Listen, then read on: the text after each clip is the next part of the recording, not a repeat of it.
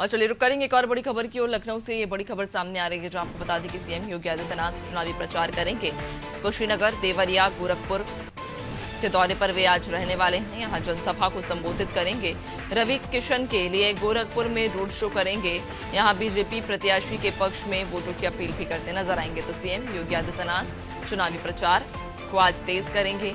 कुशीनगर, देवरिया, गोरखपुर के दौरे पर वे रहने वाले हैं। यहाँ जनसभा को संबोधित करेंगे। तो वहीं रवि किशन के लिए गोरखपुर में रोड शो करेंगे और बीजेपी प्रत्याशी के पक्ष में वोटों की भी अपील करते दिखाई देंगे। तो सीएम योगी आदित्यनाथ चुनावी प्रचार प्रसार को तेज करेंगे। जहां कुशीनगर, देवरिया, गोरखपुर के दौरे पर वे रहने वाले हैं, जनसभा को संबोधित करेंगे। तो वहीं रवि किशन के लिए गोरखपुर में रोड शो कर बीजेपी प्रत्याशी के पक्ष में जनता से समर्थन की अपील करेंगे।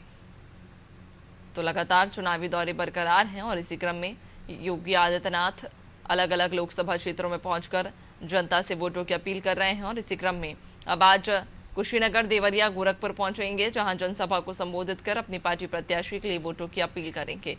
बीजेपी प्रत्याशी रवि किशन के लिए गोरखपुर में रोड शो करेंगे, जनता से समर्थन की मांग करेंगे और ज्यादा से ज्यादा वोट करने की अपील भी करते नजर आएंगे। जहां पार्टी की उपलब्धियों को गिनाएंगे, तो वहीं विपक्षी पार्टियों को लेकर भी करारा हमला भी इस दौरान मंच से बोल सकते हैं। अलग अलग लोकसभा क्षेत्रों में पहुंच रहे हैं, चुनावी जनसभा कर अपनी पार्टी के लिए ज्यादा से ज्यादा समर्थन जुटाने की कोशिश पार्टी की रही है।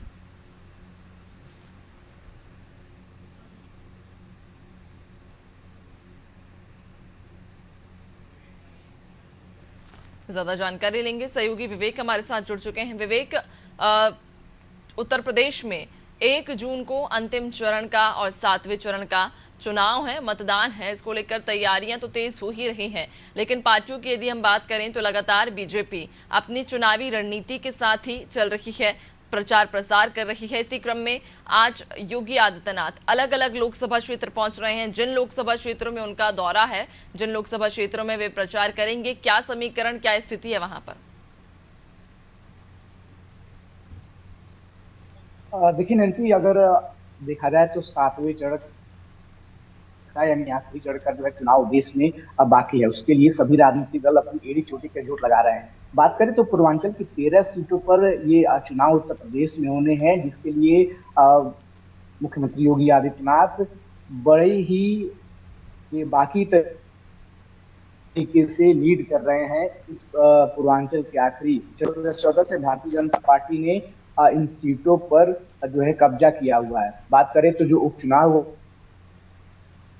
हुआ था आजमगढ़ में, उसमें भारतीय जनता पार्टी ने जीत हासिल की थी। इसके अलावा अगर देखा जाए तो जो 2 उपचुनाव हुए थे लोकसभा में, उनसे जो है वो भारतीय जनता पार्टी वहां से जीत के आई। तो विवेक, सीटों का जो समीकरण है वो भाजपा के हिसाब से, लेकिन 2024 में किसी तरीके की कोई नेशनल, जिस तरीके से अगर देखा जाए तो कोई national narrative Bharatiya Janata party के पास नहीं है। तो कहीं ना कहीं पूर्वांचल के सीटों पर कड़ी टक्कर जो है वो इंडी गठबंधन भारतीय जनता पार्टी को देते हुए नजर आ रही है। चाहे वो आजमगढ़ सीट की हम बात कर ले या फिर गाजीपुर सीट की हम बात कर ले, जौनपुर में कड़ी टक्कर दे रही थी, लेकिन ऐन वक्त पे धनंजय सिंह पलट गए। उन्होंने जो है चुनाव लड़ने से मना कर दिया। इसके अलावा अगर बात की जाए तो जो सीटें हैं, बांसगांव सीट की बात करें तो वहां पे इंडी गठबंधन और भाजपा प्रत्याशी। बिल्कुल, खैर विवेक, देखने वाली बात होगी, क्योंकि इस बार मुकाबला कड़ा है और ऐसे में जो लक्ष्य पार्टी ने रखा है, जो दावा पार्टी कर रही है उत्तर प्रदेश में कि सभी लोकसभा सीटें वे अपने पाले में करेगी, देखने वाली बात होगी कि आखिरकार कितना कामयाब पार्टी अपनी इस जो रणनीति है उसमें हो पाती है। बहुत शुक्रिया आपका जानकारी साझा करने के लिए।